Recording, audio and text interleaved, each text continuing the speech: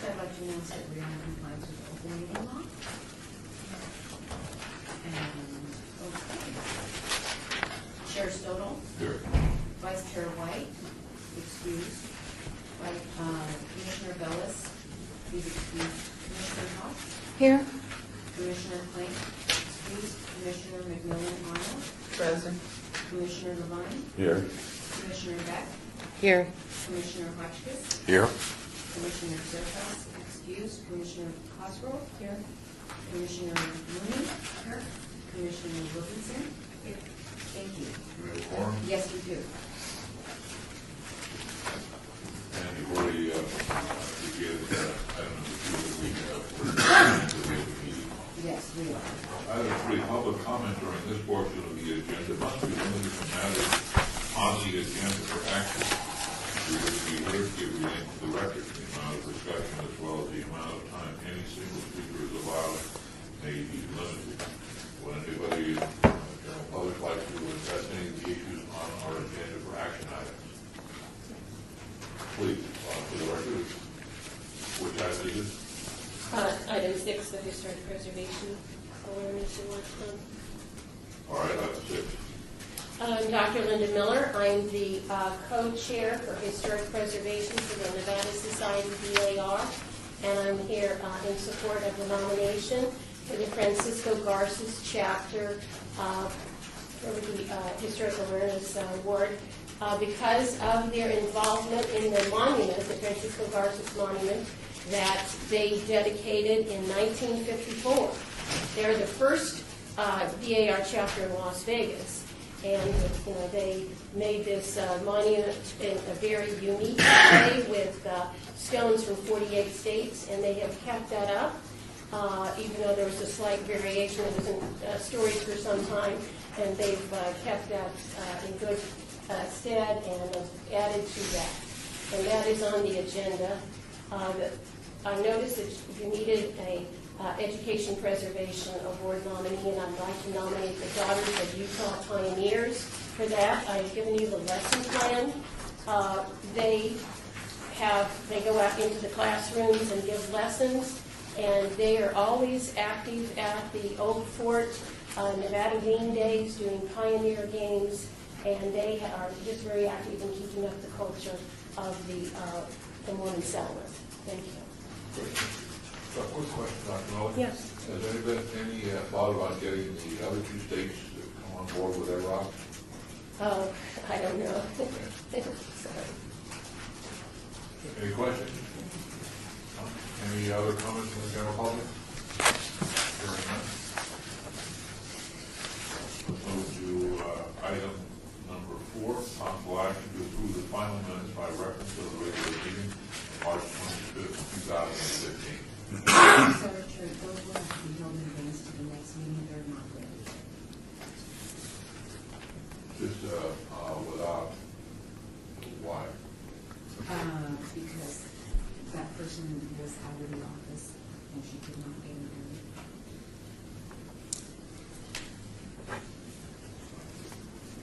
Any questions? APC 58, yes, Motion to obey, please. we need a motion to obey. Second. I have a motion and a second. Comment from general public, comment from the commission. Hearing none, all those in favor say aye. Aye. Those opposed, motion carries. Thank you.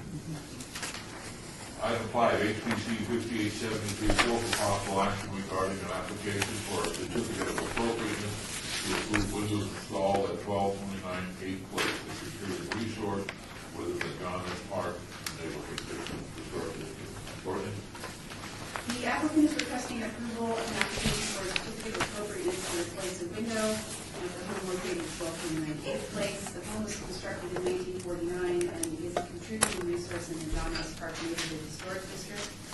I just want to add as a side note, upon re-review of this home and at risk of contradicting my own report, I think that the fact that it's a contributing resource was a mistake.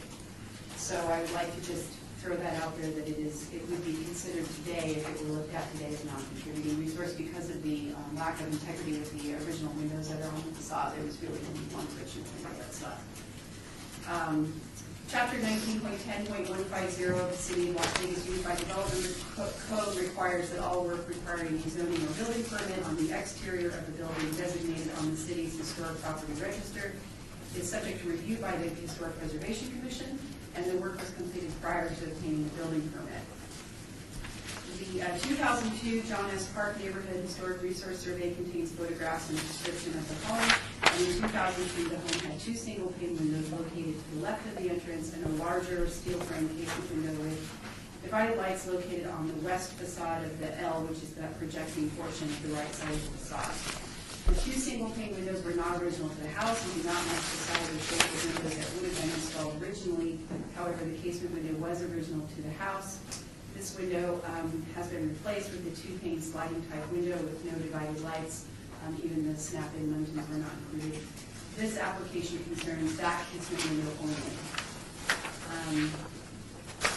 For all new homes within the John S. Park Neighborhood Historic District, all new construction must comply with the John S. Park Neighborhood Historic District Design Guidelines, which state that all original windows that are visible from the street shall be retained as is feasible. Replacement windows must match as close as possible the pattern of the openings and their size. Proportions of the frame and sash, configuration of window panes, mounting profiles, type of material, characteristics of the glass, and associated details such as arch tops, hoods, or other decorative elements. The Historic Preservation Officer has reviewed the application for compliance with the City's Unified Development Code. It has found the work is not compatible with the recognized species character of the building, nor the entire district, and additionally, the replacement window doesn't match the design guidelines. Staff recommends denial of the request to approve the new casement window to approve the new window with the 2-pane sliding. I'm sorry, that's incorrect how that's written. And recommends the property owner replace the 2-pane sliding window with a divided light casement window matching the original in proportion and appearance. The appearance of the divided light window may be achieved through the use of the snap-in lintels, which the Commission has approved in the past. So I would just refer the Commission to the attached before and after.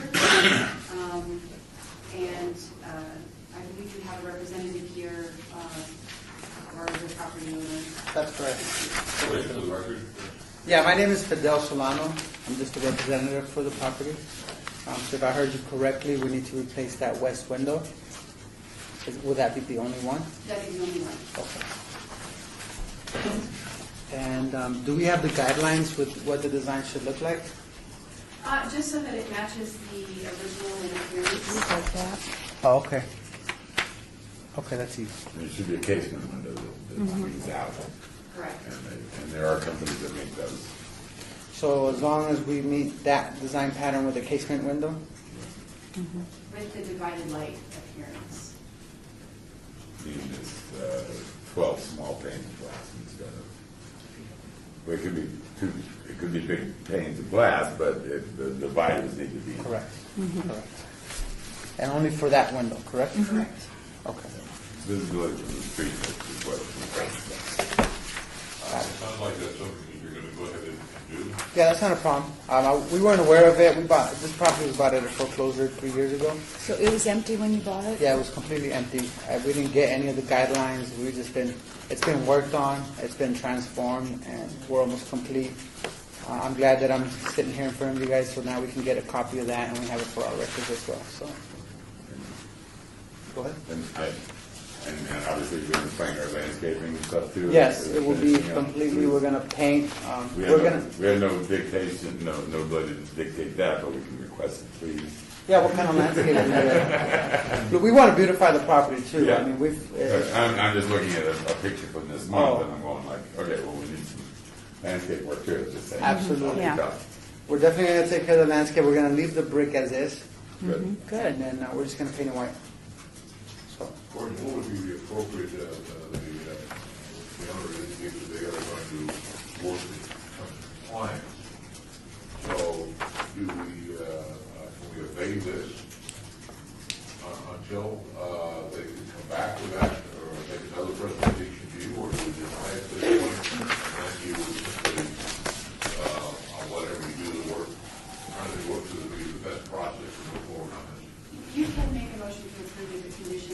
replace the window, and then we'll just do a site visit.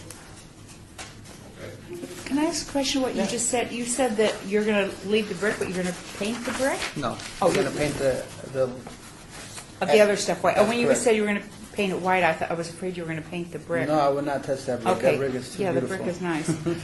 And I happened to walk down this street several weeks ago, and the most of the houses are in really nice shape on that street, and I did notice this one, so it's nice that you're fixing it up. Thank you, yeah. We took the trash out this week before the hearing. Mhm, okay. I take it out once a week, or Okay. once a month at least. Commissioner, you want to make a motion on this? So I'll make the motion that Courtney said that we approve it with the condition that the window be changed. Correct, I don't have a problem with that. And Courtney, you're going to get him all the guidelines and things that he needs, so going forward. And are you using building permits now and things? It sounds like you did this without a building permit? That's correct, so yeah, Okay. there's a GC on it now. Okay, great. Okay, so yeah, I'll make that motion to approve it with the condition that the window be changed. Correct. Okay. I'll just make a statement as part of seconding the motion that we believe that these kind of guidelines and this type of historic preservation is really good for property values and homes, neighborhoods around the country with historic designation maintain their value in downtimes and increase their value in uptimes, even better than regular neighborhoods do. So it's not like we're out, trying to punish people or being crazy about that. We're really trying to do good for each individual homeowner, the owner of the subject property as well as the neighbors. I'm aligned. I believe in the historic preservation, and that's why we bought the asset, honestly. We really like the neighborhood, and we just simply didn't know that we had to do that, but I'm glad we're here now. Good. Good to hear that. Thank you. Thank you. We have a Thank you. motion, we have a second, response from the general public, comments from the commission. Hearing none, all those in favor say aye. Aye. Those opposed, motion carries. Thank you. Have a good day. Courtney, thank you. Nice talking to you. Sure, no, I want you guys to the information. Okay, thanks. Thank you. Have a good day, everybody. Enjoy the day. Item 6, HPC 58735 for possible action regarding nomination for the 2015 Historic Preservation Commission Award for excellence in historic preservation. On May 20th of this year, 9 o'clock in the morning at City Hall, Mayor Carol Goodwin and the HPC will recognize individuals and organizations for excellence in historic preservation. The Historic Preservation and Archaeology Awareness Month proclamation will also be read during that council meeting. The categories for the HPC awards are bricks and mortar, preservation education, advocacy, career achievement, and student scholarships. Under submitted nominations, bricks and mortar, staff submits the nomination for the Bunnyfish Studio for the rehabilitation of the Johnny Carson Building at Carson Avenue and South 6th Street. Preservation education, we had a nomination this morning from Dr. Linda Miller, or this afternoon, I'm sorry. And also for advocacy, another nomination from Dr. Linda Miller. The Career Achievement Award, former Commissioner Millman has nominated Chairman Stovall for this award. And we have no nominations for student scholarships. So staff is seeking nominations from the commission to fill some of these. We don't have to fill every one of them, that's for sure. I'd like to recognize the most significant and excellent projects that have occurred during the former year. What process would, when is the deadline for getting you, and then they have to come back to this board, so we're in April already, so we basically have to get it approved today? Yeah, we have a few days. Well, no, actually we don't, right, because you would have to vote on it, yeah. No, it would be today. And also, I just thought of one more nomination, because I'm sitting here, is for the cottages, for the bricks and mortar. Sandy Springs Preserve. So, do we take these individually? Do we have a motion? Wait, do we have to pick one of the two nominees, or we can have as many? You have as many as you like. And how, I'm just looking at a process of how you'd like to go forward, or the easiest way to pick each category, take nomination, and vote.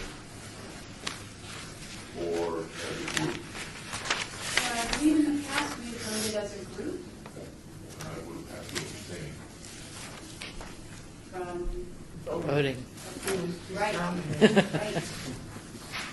So that's why I wanted to do these individually rather than, Should I refer to my state review as council? Chairman, I'm not sure there's a consequence to taking things separately. It would be appropriate, obviously, to take this as a whole as one agenda item, but certainly you have some expertise that would help the commission decide on which of these awards to take. So maybe I would just offer that you discuss them individually, and then at the end of the discussion, we can come up with one motion, and you can abstain from the motion at that time, because it appears that somebody believes that you should get an award here for career treatment. So I know that. So I think that's maybe what you should do. I mean, I think there's a couple of things to talk about that put forward, we need to take into consideration as well. So I think to take your advice, and we'll look at each of these individually, discuss them, and then move on to the next item of discussion. So why don't we start at the very top with bricks and mortar? Mr. Chairman? Yes, please. Excuse me, sir. Are the nominations still open for? Yes. Okay. So what nomination do we have for bricks and mortar? The cottage rehabilitation project at Springs Preserve and Fish Studio for the Johnny Carson building. I actually have another one I could bring up, which is going to be on the Preservation Commission, Historic Preservation Foundation's tour on May 3rd. Is a house on right in the Benton Park Paseo on 9th Street. I don't even have the address with me. I wasn't thinking in terms of those. But they, after a fire, they absolutely, I mean, they rebuilt the kitchen cabinets, everything. I mean, finished carpenters. They restored the house to exactly the way it was built in the 1940s, and it's a really beautiful job. And what's the, these are our awards, I presume. These are the city and the city council makes the presentation. Yes, we would usually assist the mayor. Yes. And so, with that in mind, do we nominate 1, 2, 3? Can we have two nominations in each category? Can we just do 1? You can nominate as many as you like. I'm sorry, not nominate. Can we elect? Yeah, you can select as many as you like. We've had several in different categories before, so it doesn't have to be one. I just wanted to add about the 9th and Park Paseo house. I'm not sure that they've gotten permits for their work because none of this is sounding familiar to me. So just to avoid any kind of public possible embarrassment for the commission for nominating a property that didn't get their permits, I'd like to check before. Okay. We can vote on it, and if they have gotten their permits and everything's on the up and up, I think we can go ahead and accept that. Do you think they're done? They're going to be done for the tour on the 3rd, yeah. But they didn't do anything really to the outside. I mean, the fire was, limited to the back of the house. Then what I'll go with the question is, these awards are for what, for 2014? Correct. Oh, well then, I'll save that for next year. Oh, okay. All right, and we'll check that out. And John, do you have a thought? Well, in addition to your illustrious self, Ellen Mortensen, a member of the Friends of the Fort, Yes. and she has worked tirelessly for years on the Tule Springs National Preserve out there, and that's going to be a major facility, I think, for Southern Nevada in the years to come. Let's kind of go back to bricks and mortar. Any other nominations? We've got 2 currently. Anybody I would like to add to that or subtract from that? All right, well, let's go to preservation education, individuals, organizations, and agencies that have sponsored historic interpretation project. Our nominations are? The Daughters of the Utah Pioneers, submitted by Dr. Linda Miller. Could you tell us just a little bit more about that, please, Dr. Miller? Okay. Well, they're the ones that really helped save, the fort in the beginning. So that, was some years ago. But they have continued to go into classrooms, and I've given you this outline of the lesson plan that they've done. They just had a big jubilee this past year, and I spoke there at Helen Stewart. But they are the only ones that really give, an accurate portrayal of the Mormon life. They've appeared several times, like I said, like at the Nevada Wing at the fort. And so they're kind of experts for any type of school group or adult group. And so they do in costume, they come in costume. You really have kept the flame alive in the early days of taking the fort together. If it wasn't for them, we wouldn't have the fort. They have that soup cook-off every year, so it brings together, all the people. And the public can see exactly what went on at that time. Question? I know the group. I've worked with them for the last 6-8 years. They always are supporting activities at the fort, educational activities. We have students come through there. They're always helping out with that. So it's a great source of woman power, I guess. Well, daughter power. We haven't recognized the daughters of the Utah in the past. It's really, in my opinion, very appropriate to do it now. And, They haven't been recognized. long overdue, but thank you. Thank you. Advocacy to individuals, organizations going above and beyond to save the threatened resources.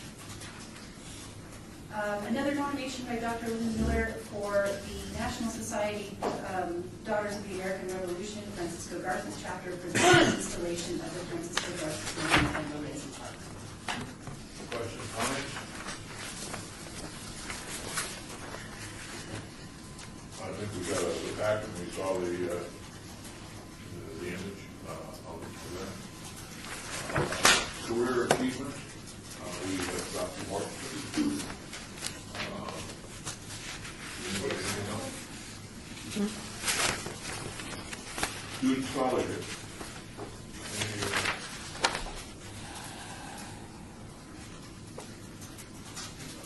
This is high school students. And college. What? For original research and findings that significantly advance an understanding of the history of Las Vegas, specifically senior level type projects. I wonder if this deserves Nevada, that's the organization to make it with UNLV. I wonder if they're aware of this award to the university. They are, I've done presentations for Dr. Kirk's class in the past. And we do not have a category, candidate material. Correct? Yeah.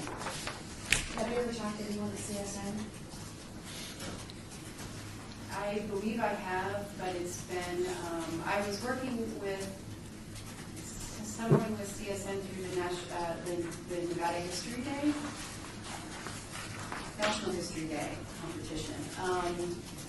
And it's, a lot of the students, they don't really want to focus their projects on kind of what we're looking for, I think is the issue. So we have, I've had some instructors contact me and say, well, we've got this great project about, costume history or something like that, and it doesn't really quite fit into what, the commission's purview is. But it's been few and far between. Well, I think it's an opportunity for the board to do a little bit more work in the coming year to get the word out. $1,000 for high school students or college students, that's a nice little scholarship to add to, I would suspect, other scholarships that they may have received for their work. We have a capstone course, it's called History 251, and the students do research projects that are open to do whatever they want. I think some of them might be willing to do something tailored towards this if they were aware that that scholarship was available. And so I can let my colleagues know, so as that class is being offered, at least be aware. I think that's something next year that we can work a little harder as a board, all the contacts we've had, I think we're aware of it. And there are no attachment, it's really no strings attached funding. We don't, ask them to submit invoices on how they spend the money or anything like that. with the National History Day competition, that money is really to help those students who make it to DC and kind of offset some of the travel costs. Some of the college students, you know, they can really use it for whatever. Well, I'd like to add something to your burden, and that is maybe come up with a one sheet that kind of details what you just said that we can use. Right, and then I can send it out, because that'll be easier just in bed in that class, so that everybody's aware of it. Our further discussion on the HBC Award for Excellence in Historic Preservation. Do we have a vice chair? Speaker of the House? It would be the next most senior person on the HBC. That'd be me. It'll be Mary. Jewish House, you cut the gavel. All right, well, I will look for a motion to approve these then. I so move. Anyone second it? Second. All in favor? Aye. Opposed? Okay. I'm so glad you nominated Helen. She's Oh, done so okay. much in so many areas. She's just, that was a great idea. Oh, sir, don't get your hat. Never left it behind I'll resume the gavel with item 7. HBC 58737 for possible action regarding May 2015 Historic Preservation Archaeology Awareness Fund budget item. On December 10th, 2014, the commission approved the HBC Centennial Legacy budget with $2,000 allocated in the operating budget towards the costs associated with historic preservation and archaeology. This year, the city has partnered with Nevada Preservation Foundation and the Neon Museum to organize a panel discussion. On April 6, 2015, staff toured the Travelers Motel at 1100 Fremont Street, courtesy of Downtown Project, and we're looking for a possible location for the panel discussion. Conditions have slightly changed since this. Peter Maruzzi is not going to be able to make the panel discussion. However, Jerry Stefani is still confirmed. He will participate on the panel or provide presentations. The team is still looking for a moderator if anybody's interested. Who are we moderating? The panel discussion, it would be, so far, our commitments are Jerry Stefani and the Bunny Fish Studio team to talk about the restoration of the Johnny Carson. And there is one other panelist, and I can't recall the name of it. Well, what's the general topic? It's about the development of the Motor Court Motel in Las Vegas. So kind of history of Fremont Street, a little bit of Las Vegas Boulevard, and hopefully a discussion about the architecture of the motels themselves.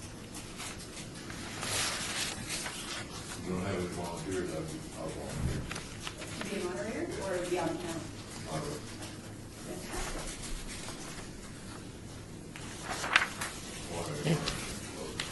Do you have a date? Well, we're looking at the 23rd, I believe, of May. Let me just make sure that's the right date. I think that's a I Saturday. apologize, I'll be in Carson City. Oh, yeah, see, I won't make the meeting now because of that. Yeah, that's the day. So, okay, sorry, just a question. So the following is a list of tentative budget items. I'm sorry that I don't have exact cost estimates for the commission at this time. We're still kind of getting some of this information, but we will not exceed $2,000. And that is tax for the annual awards, which are approximately $10 to $15 each. The speaker honorariums now for Jerry Stefani, and equipment rental to include tables, chairs, linens, et cetera, for the panel discussion. And May, I should be able to provide a detailed list of all of the expenditures for the commission. That is Saturday, correct? It is. Anybody else would like to be the moderator? And just, I would also add about that, the staff will be working on the list of questions for the moderator. So really need that person, we just have to show up and speak. But again, This is something that the board has really taken, and it's really nice if we could, What's the date again? 23rd, May 23rd. yeah, it's more of a weekend. I could, I can't remember. I'm available to do it as well, so I don't want to pressure any of the commissioners, but if you're interested in doing it. Well, I don't have my calendar with me, but I would be interested. Saturday morning, or Saturday midday. It's probably going to be evening, where we're going to have a tent, and we were looking at the travelers because they have, it's one of the oldest in town, and it has that very typical kind of U-shaped configuration, and so it would be in the courtyard area with the tent. So for the after 2 p.m.? Probably closer to early evening, around 5 or 6. I'll be back. So, I'd be with if I'm not here, then you get to do it. So I'd be more than happy to do it. That's all the questions. Right. So does that mean you don't need to stop property? Well, It'll be, you're going to appeal to the launch team. you need to find it out. Yes. We've been 120 pages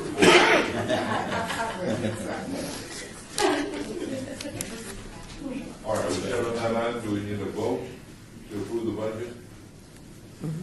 Were you interested as well? You were kind of. No, I was just Okay. deferring to the, Wanted to make sure I wasn't. 14 on 7, what do we need? Just approve the budget items. For a motion? I move we approve the budget items. Do we have a second? Second. Do we have a second? General public comment? Commission comment? Hearing none, all those in favor say aye. Aye. Those opposed, motion carries unanimously. Thank you, Courtney. Item number 8, report by the Department of Planning regarding the status of the railroad cottage rehabilitation at the Springs Preserve.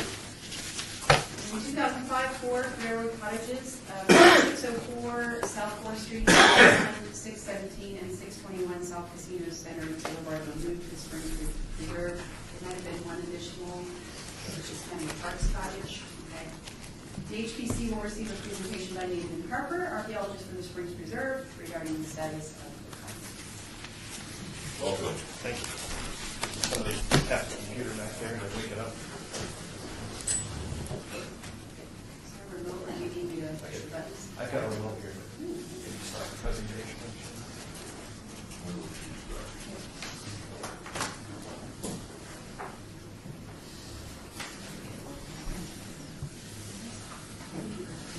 Moving off. All right. There we go.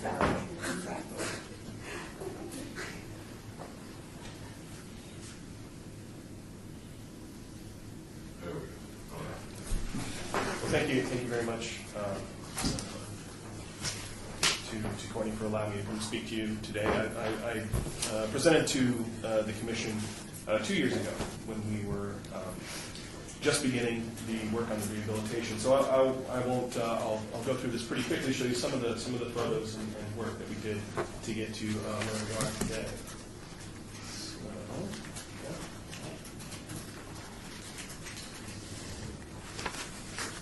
Thank you.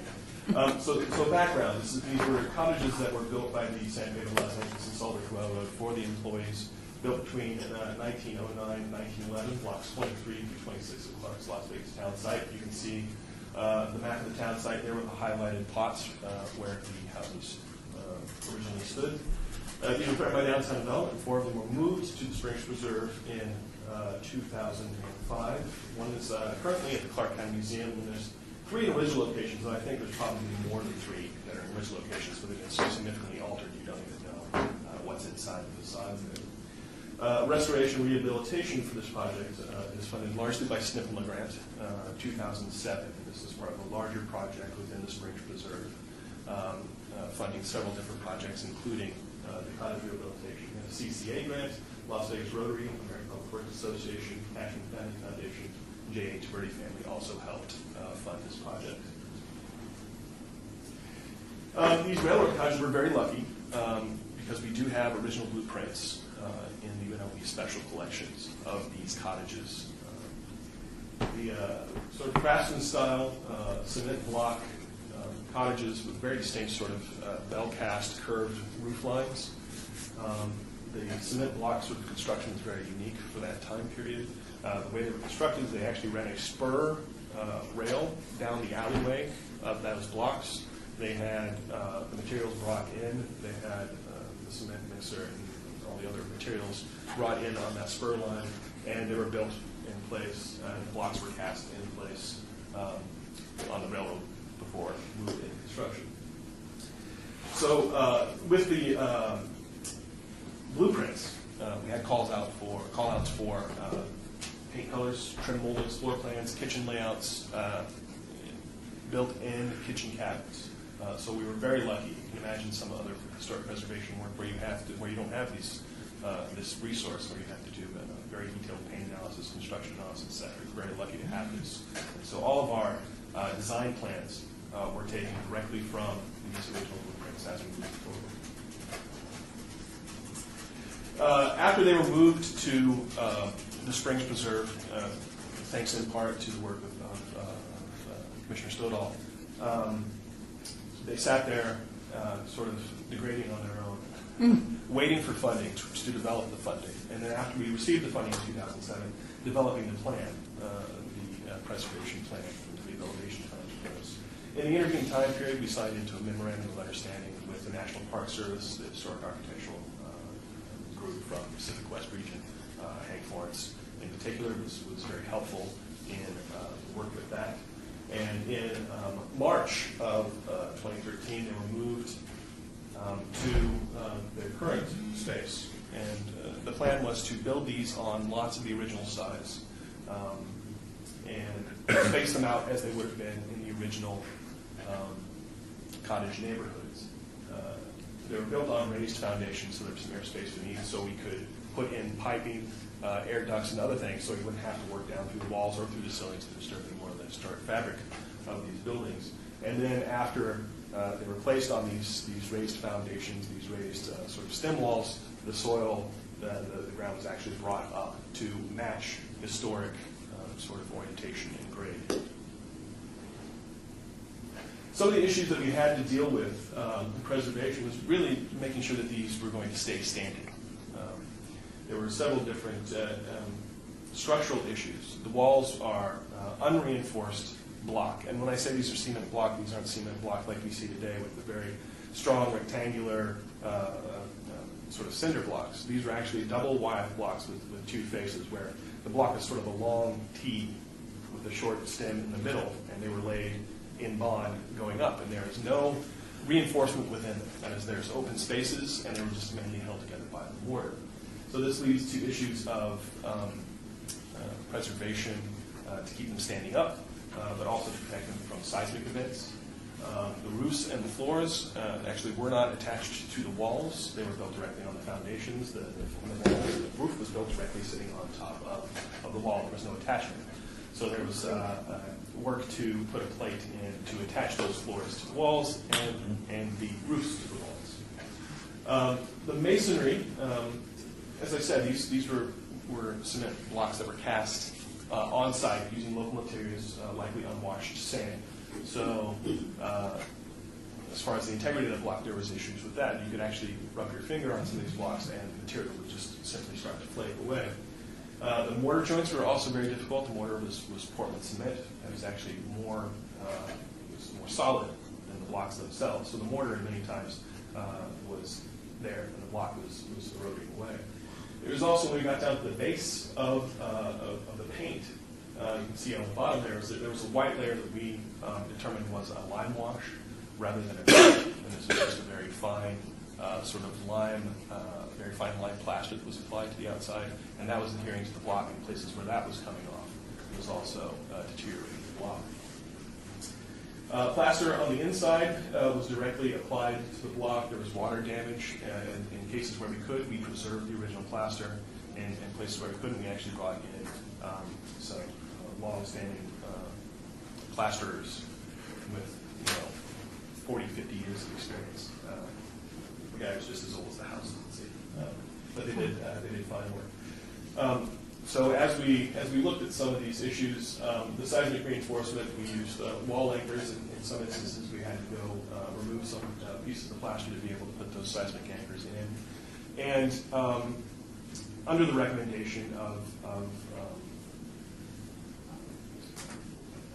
the building department, it was determined that we really needed to solidify these. Because of the structural issues with this construction, we decided that these air spaces that were within these blocks, one of the ways to do that was to fill some of these over the course in sort of a circuit around them to help solidify those walls. And we tried to fill these originally from the top, since there was no roof attachment there.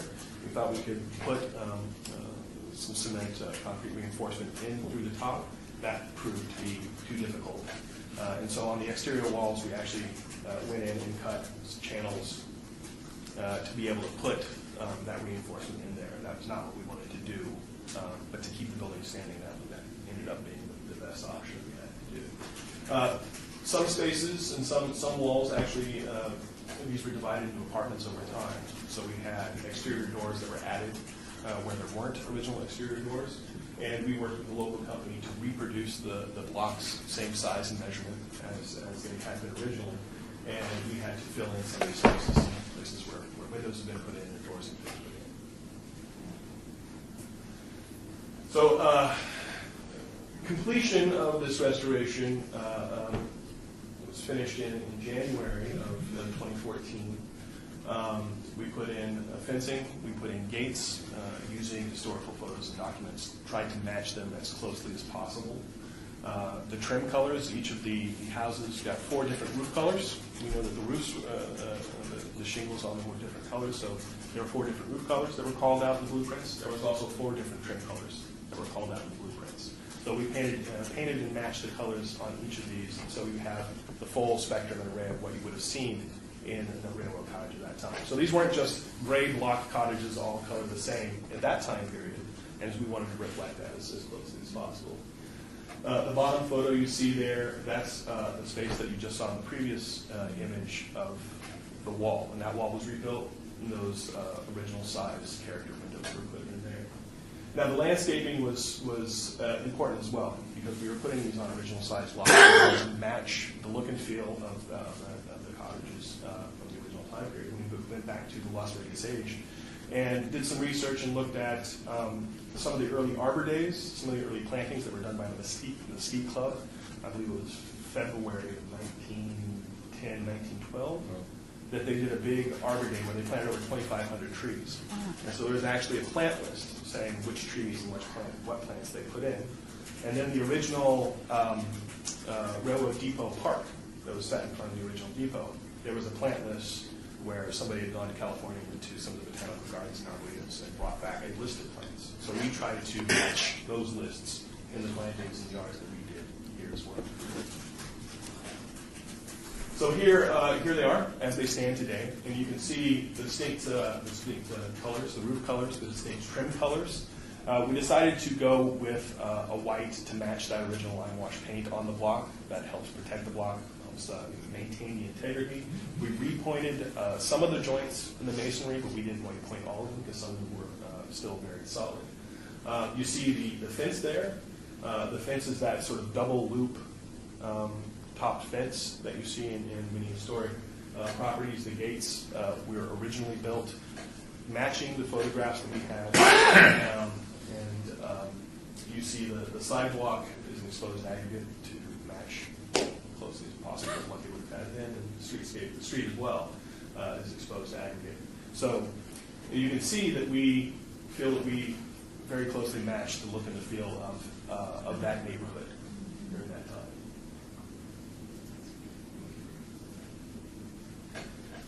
This is phase 1. this completes phase 1, which is the cottage rehabilitation. Phase 2, once again using stimulus funds, is to, let's talk a little bit about the interiors very quickly. Yeah, thanks. So interior, we also had, of course, call-outs for the interior paints, interior decoration.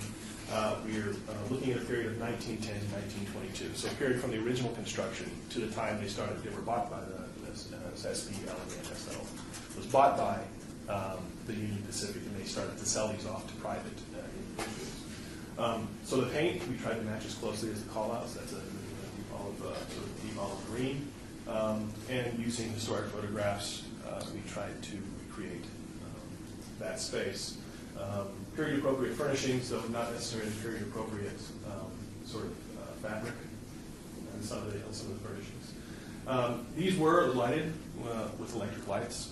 They were simple drop pendant bulbs, and we tried to recreate that in some of the other bedrooms, rooms. And of course, there would have been supplementary lamps within there that would have been gas, kerosene, etc. The kitchen had built-in cabinets. We maintained and kept the built-in cabinets as much as possible. These did actually have, and you can see this at the Clark County Museum, they did a fine job recreating exactly what was seen in those blueprints, and did a fantastic job with that. These had a California cooler in them.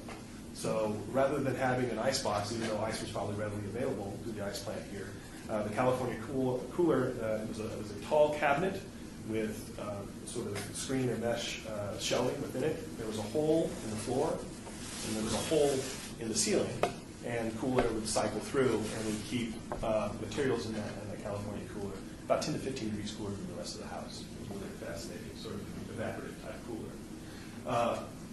It's not a very large kitchen. The stove is a small 4-burner stove, and then we actually saw the markings on the floor where the stove was placed.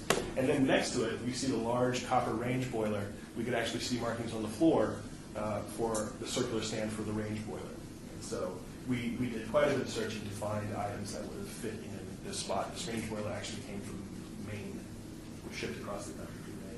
Everything else, though, as matching closely as possible, was sourced locally from local antique shops and other local sources. I don't understand the range boiler thing. The range boiler is a hot water tank. And heated by the stove? Heated by the stove. So anytime you turn the stove on to cook your food, you're heating water at the same time. Okay. And there was an electric stove, gas stove? Gas stove. Gas stove. Yeah. And then that hot water would have been used for bathing and cooking and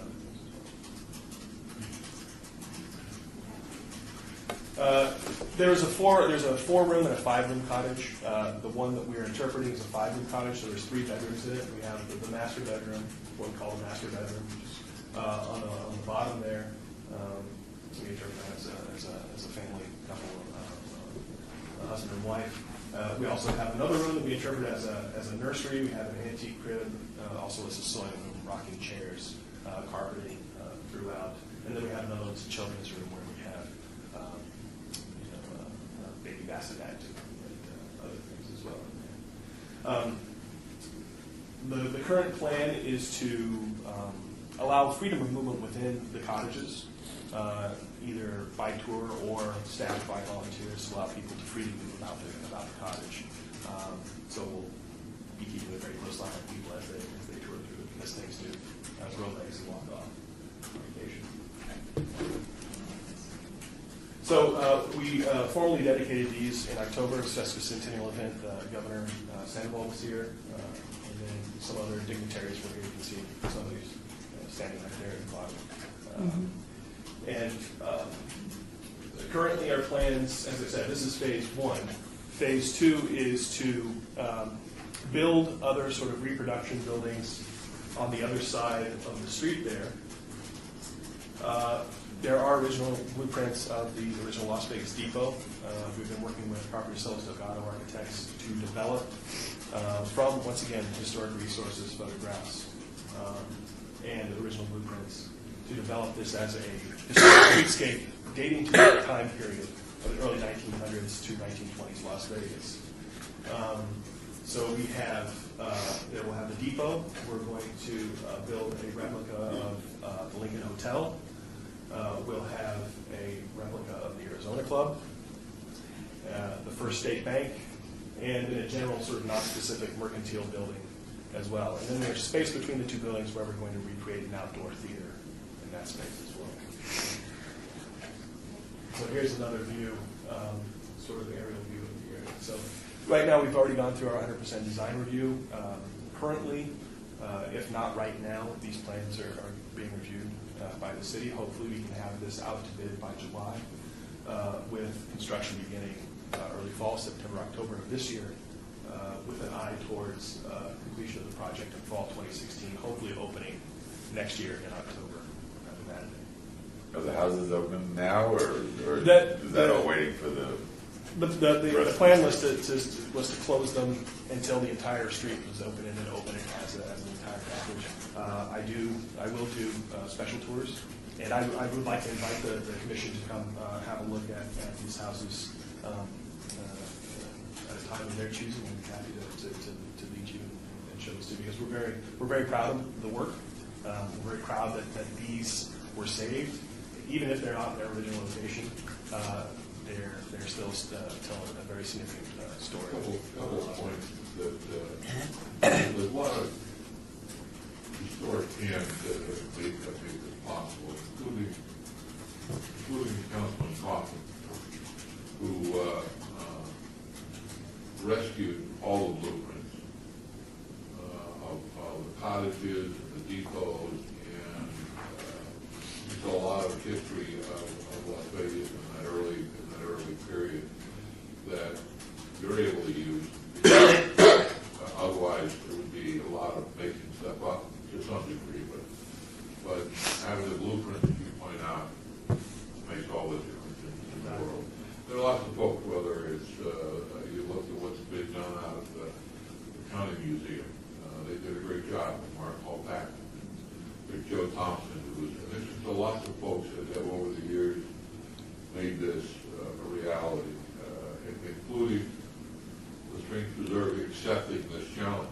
You know, these old buildings that were moved, getting moved from downtown Las Vegas to the back spot, and then getting the simple money. So really, it hands off a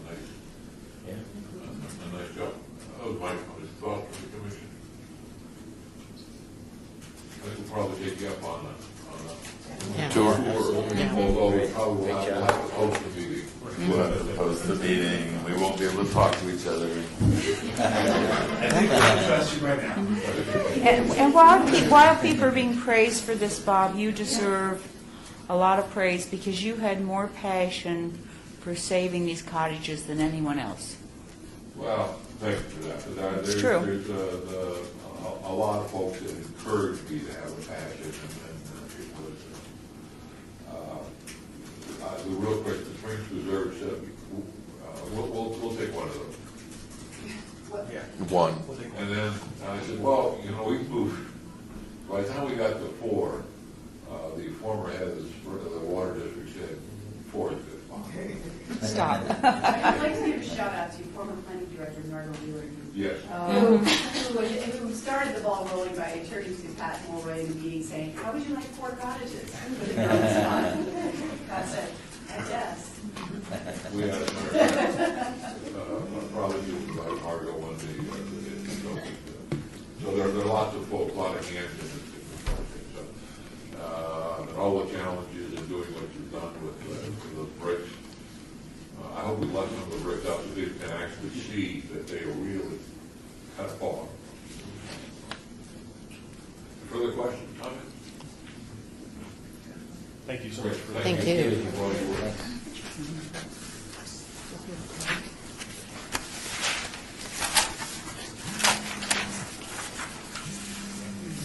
Item number 9, HPC 5826, report by the Department of Planning regarding administrative approval for an application certificate of appropriate to construct a utility building at the rear of the property located at 1253 East Place. It's a non-procuring resource within Johnson Park. The Historic Preservation Officer completed the admin review for for the utility structure. I reviewed the application for compliance with the city's Unified Development Code and found work to be minor in nature. Due to the proposed location and reduced visibility to the right-of-way. Additionally, the applicants stated that they would match the building materials and paint colors to the primary building. The work is considered compatible with the recognized distinctive character of the historic building. Comments? No action required. Comments? Hearing none, let's go to item 10, report by the Department of Planning regarding the status of rehabilitation of the historic West Side School located at, where is it located? Washington and D Street. Yeah, I'm trying to get Liberty at the address seems to change over the years. With the rehabilitation, the fire department requested that we re-address. There are two addresses now, one for each building. Okay. So it's 330 to 350 West. All right. So these are not the official,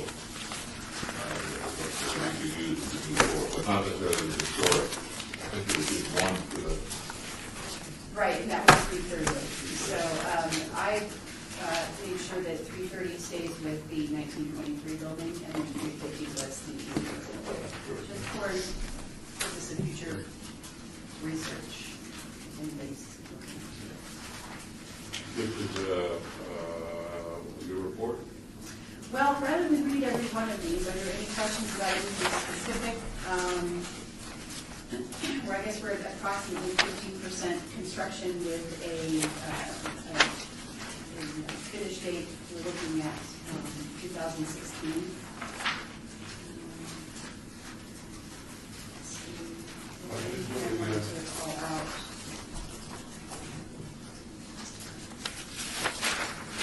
You know, I just think you're fortunate that the commission is really up to speed and moving forward with what that's really some exciting things going on over there.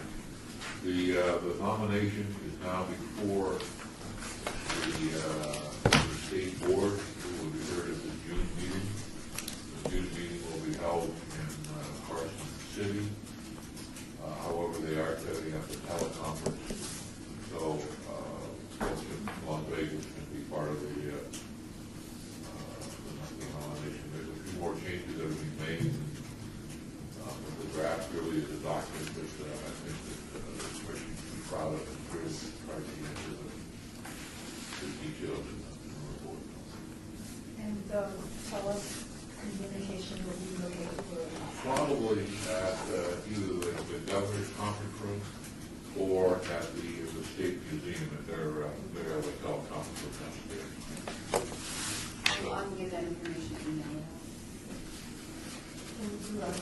Can you make this part of the outing? Is that possible? I don't know if we can get commissioners on the construction site. Okay. That might be an issue, but I'll find out. For insurance You purposes. mean the outing to the cottages? Not the West Side School. She wanted to add mine, right? Application to the outing. Maybe we should wait till it's a little further along. The ground is really tore up right now. Wait, are we talking about the cottages or the school? No, the school. Okay. Yeah. All the concrete's been ripped up, and the parking lot is partially ripped up, and the sidewalks. It's probably. I still, if there's a time that we could get over there, that would be appropriate, even if we were hard hats or something. I would just really like to wait till it was a little further along. I think it would just be better for the project if we reviewed it as it being a little further along. What would be the next, is there some sort of milestone you would think, or? Why do I figure that? No, I mean, is there a date in? Oh, do I have a date in mind? I have no date in mind. No, I was just thinking that if it was just, the parking, if it was done just a little better, I just would like to, maybe because I've seen all that and I've toured it, and I just feel that if it was a little further along, it would be better. It would be better. Well, it wasn't for us. to go around, because I have not been over there in a couple, 3 or 4 months. Okay, that's a, yeah. I've been there a year, so. Is there some Me point either. where it's some, well, Bobby's a certain milestone, but is there some? You might level ask of Courtney, degree I that- haven't been up there, you might ask Is the there something for us architects to and the see? builders when there isn't really. I'm just not sure if we can take members of the public on the site because of the construction status that it is right now because of the safety concerns. But I Well, will that's find what out. you're That's right. my only reservation. We don't need a trip and fall. Maybe not as a large group, but maybe there can be smaller, just 2 or 3 people at a time, make it easier. Because this is a pretty rangy group. Well, We Yeah. just drift off. So, let's just make that a request. One, we actually could hold that to item number 14.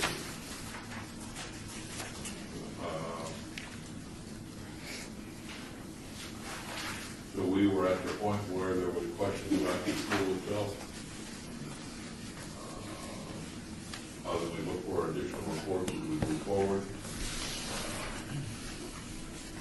Let's go to the next item on the agenda, which is 11, report by the Department of Finance regarding an update on the status of Assembly Bills for Creation, Historic Preservation, and Archaeology. This is, excuse me, current up to April 6th, I believe. So it might be a few days after that, so there might have been some changes after this. Are the commissioners fairly familiar with, I know Commissioner Cosgrove is, are other commissioners fairly familiar with how to look these up, the status of these, so that you get like an up-to-date status on these bills? Okay, look, is there one that we should be particularly concerned about? I know that they fixed the 50-year one. That was quite controversial, so Really? yeah. You have to talk to Senator Wheel. Well, yesterday was the deadline for the bills to get out of the House of Origination, so we wanted to check to see, make sure that all of these made it through. So that would be the status check. For those that were on the House floor, yes. On this side, so the Assembly floor.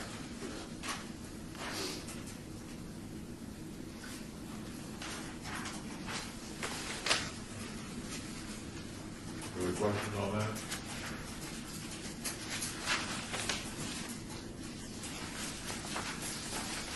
Next item on the agenda is item number 12. Item is local media.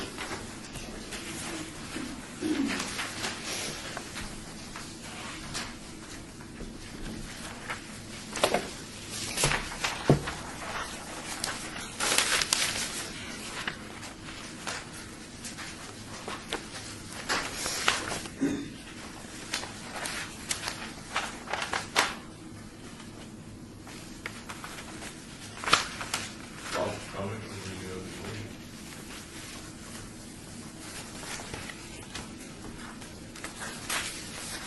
So have we determined what is the oldest building in Las Vegas?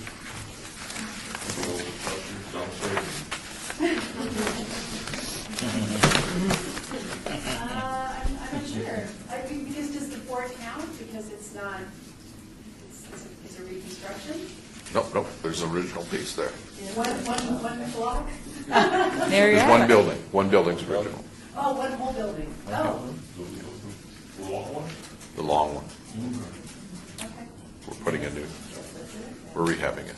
And what's that officially called? I mean, was it or what was it originally?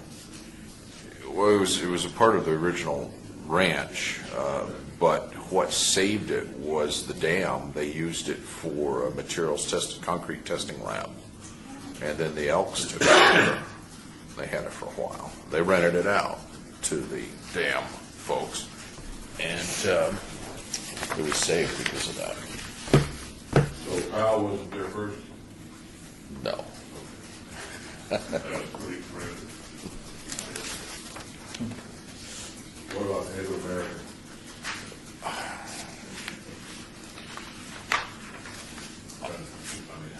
only some human remains on site that we found, but there was no structures.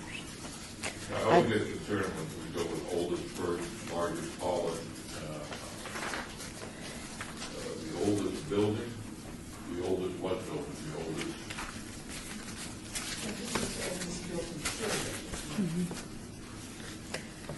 Well, if it's No Native American building structures. Not that still exists. I think the article says something about,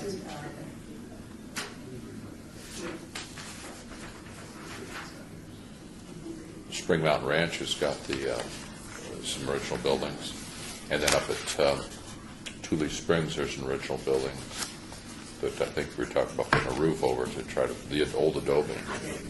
Yeah, it's not as old as the fort. I think they're talking about white buildings.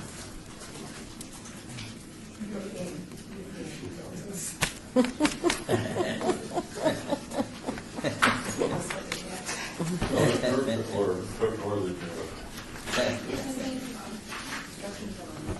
Project 13, item 13, report by the Department of Planning regarding the update list.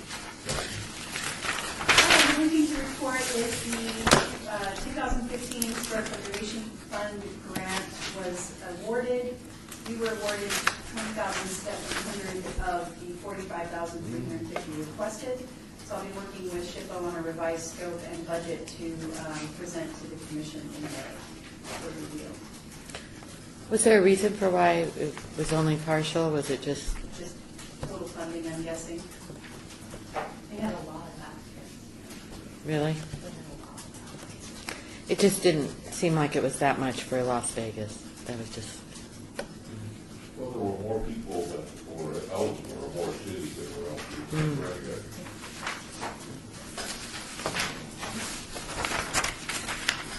All right, item 14, discussion regarding topics of future agendas by the Historic Preservation Commission. Comments made during this portion of the agenda by the individual commissioners can always take forward the proposals for future agendas. So one of the things we'd like to look forward to is if with an appropriate time,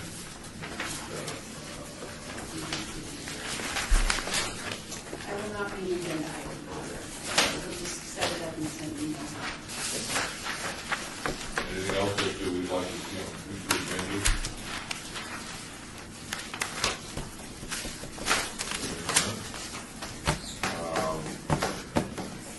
Citizen participation, public comment on this portion of the agenda on any sensitive matters within the jurisdiction of the council for. Anybody would like to make a public comment? Just a quick informational. For the on Monday, the Nathan Parker with the Spring Commission. On Monday, the National Endowment for the Humanities announced a grant program called Common Heritage. And this was the grants in the amount of $12,000 apiece for events. Sort of imagine these as sort of like Antiques Roadshow, Genealogy Roadshow events where people from the public bring in items that they would like digitized, say photographs, letters, notebooks, artworks, things like that. And then there's an event by a local, you would guess, a local entity to scan those, and then programming associated with that, lectures, talks from the materials that comes in from that. So that was just announced on Monday, and the grant proposal is actually due, I believe, June 25th. But it's an excellent opportunity for local preservation artists. I think you're all on my email list. I sent announcements on the Nevada Preservation Foundation's home tour on May 3rd. 15 homes open, starting at the Morelli House. Alan Hestes, architectural historian, is speaking first, and then everybody goes in their own in whatever order they want to. There's 15 houses. Should be lots of fun. $30 for members of NPF and $40 non-members in advance. At $10 if you're doing it at the door. And a special 15 seats only, 15 place only event at Home in Paradise Palms, a really very, very cool house for a cocktail toast and tour of that house. And that's $100 extra. I would like to add one thing real quick. Just want to introduce Samantha Rubinson.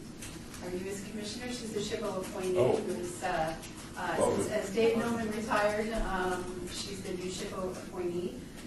She is also, because she has a long title, the SHPO Southern representative and also the site stewardship coordinator for Southern Nevada or all over Nevada? All over Nevada. So we're really super lucky to have Samantha on board. She's fantastic. Welcome. And it's